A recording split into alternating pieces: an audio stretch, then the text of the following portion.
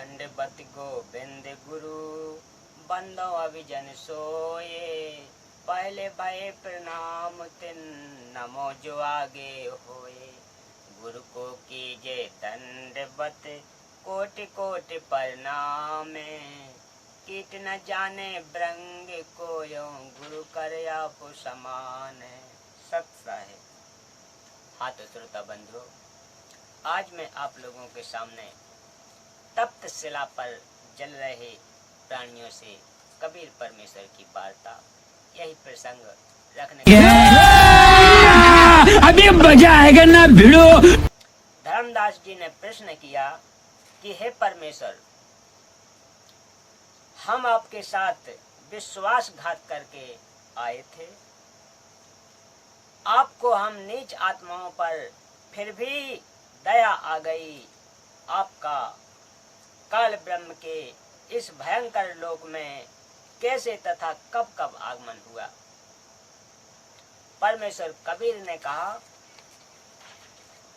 जिस समय सृष्टि रचना की तथा काल ब्रह्म ने इन आत्माओं को आकर्षित किया,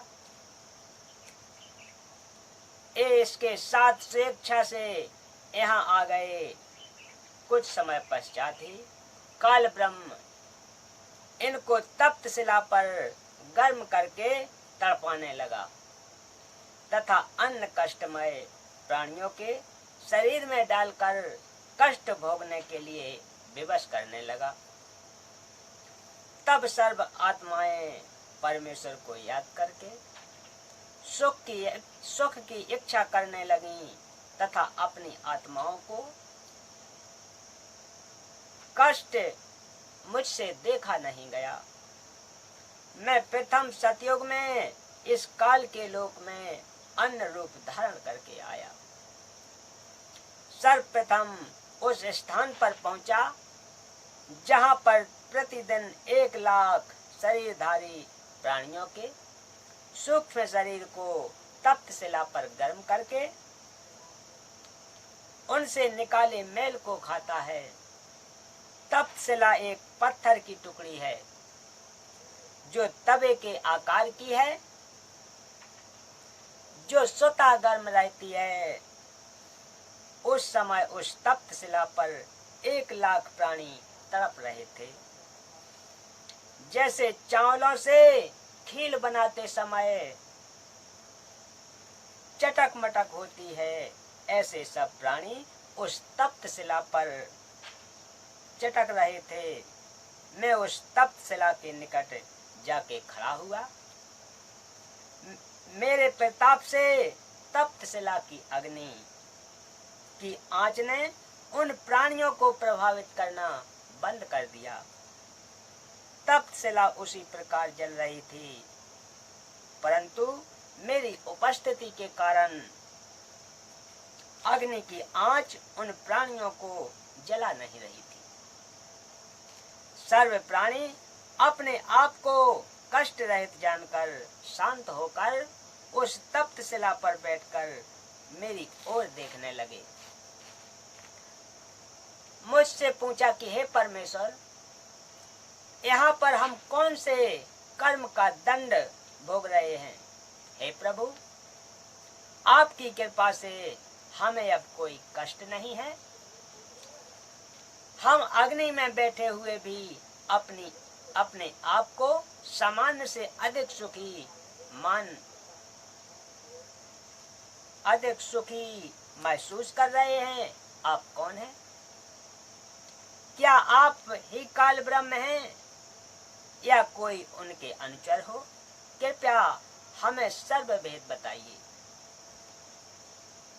कबीर परमेश्वर ने कहा, मैंने उन दुखी प्राणियों को बताया, हे जीव आत्माओं, मैं काल ब्रह्म नहीं हूँ। मैं तत्व ब्रह्म अर्थात परमात्मा हूँ, जिसके विषय में वेद भी कहते हैं कि उस पूर्ण परमात्मा का पूर्ण ज्ञान हम नहीं जानते। उसके विषय में तत्वदर्शी संत ही वास्तविक ज्ञान देते हैं। उनसे पूछो, यजुर्वेद अध्याय 40 श्लोक 10 व 13 में कहा है कि परमात्मा कैसा है तथा विद्वान कौन है, यह ज्ञान धीराराम अर्थात तत्वदर्शी संत ही बताते हैं, उनसे सुनो। यही प्रमाण गीता अध्याय 4 श्लोक 34 में लिखा है। तत्व ज्ञान को तत्वदर्शी संतों के पास जाकर समझ, जो परमात्मा के विषय में पूर्ण परिचित हैं। तत्वदर्शी संत की पहचान गीता अध्याय 15 श्लोक 1 में बताई है, जो श्लोक 1 से 4 के विवरण से स्पष्ट रूप से समझी जा सकती है। गीता अध्याय 13 श्लोक 2 व 11 में भी गीता ज्ञानदाता काल ब्रह्म ने कहा है कि जो तत्व ज्ञान है वही वास्तविक ज्ञान है, ऐसा मेरा मत है। विचारणीय विषय है कि वेदों व गीता के ज्ञानदाता काल ब्रह्म ने कहा है कि जो मेरे द्वारा दिया ज्ञान पूर्ण नहीं है, उस तत्व ज्ञान को तो तत्वदर्शी संत ही जानते हैं। उनकी खोज करके अपना कल्याण कराओ। वेदों व गीता के ज्ञान के आधार से भक्ति न करने को जन्म मृत्यु, स्वर्ग नरक का चक्र तथा यह तप्तशिला का कष्ट सदा सदा बना रहेगा। आप जिस काल ब्रह्म के विषय में जानते हैं, जो लोक वेद के आधार से पुरुषोत्तम प्रसिद्ध है, परंतु वास्तव में पुरुषोत्तम तो अन्य ही है। प्रमाण गीता अध्याय 15 श्लोक 16 से 18 में गीता ज्ञानदाता स्वयं कह रहा है कि उत्तम पुरुषा अर्थात पुरुषोत्तम तो अन्य है, जो परमात्मा कहा जाता है,